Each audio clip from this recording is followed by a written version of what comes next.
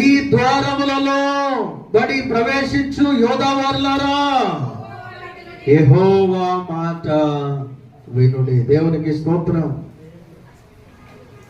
ఈ ద్వారములు అంటే దేవుని మందిరానికి వస్తున్న దగ్గర, ఆ ద్వారము దగ్గర, డోర్ దగ్గర నిలబడి ఇలా ప్రకటించి ఏం చేయాలి? యెహోవా మాట మీరు వినండి.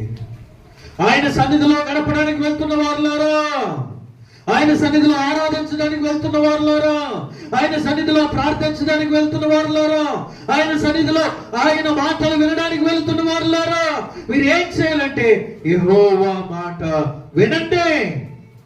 విని విడిచిపెట్టేయకండి, కానీ ఆ నిబంధన వాక్యములను విని వాటిని అనుసరించి నడుచుకొనమని దేవుని వాక్యము మనకి తెలియజేస్తా ఉంది. హల్లెలూయా.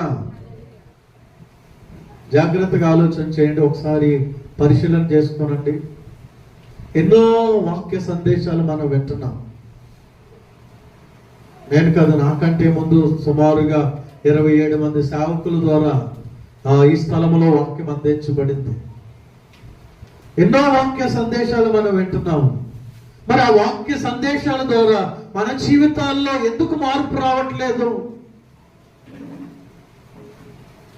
అంటే, వస్తున్నాం, కూర్చుంటున్నాం, మళ్ళా వెళ్ళిపోతున్నాం. ఆ విన్న వాక్యాన్ని మనము అనుసరించి నడుచుకోవట్లేదు. ఆ వాక్యము మన హృదయంలోనికి వెళ్ళనంత వరకు కూడా అది మన జీవితంలో కార్యాన్ని చేయదు. మంచి నేల మీద పడింది, రాతి నేల మీద పడింది, మొండ్ల పొదల్లో పడింది, గట్టు మీద పడింది. గట్టు మీద తక్కుబడ్డాయి, పక్షులు ఎత్తుకొని వెళ్ళిపోయాయి. రాతి నేల మీద పడ్డది, మొలిచింది, కానీ వేరు లోపలికి వెళ్ళడానికి బండ కాబట్టి నిండిపోయింది. ఆ ముళ్ళ పొదల్లో పడింది కూడా లేచింది, కానీ పైకి లెగుద్దామంటే పైన ముళ్ళ చెట్లు అనిచేశాయి కాబట్టి అక్కడితో ఆగిపోయింది. మంచి నేల మీద పడింది మాత్రమే 30దంతులుగా, 60దంతులుగా, 100ంతులుగా ఫలించి అభివృద్ధి చెందింది. దేవునికి స్తోత్రం.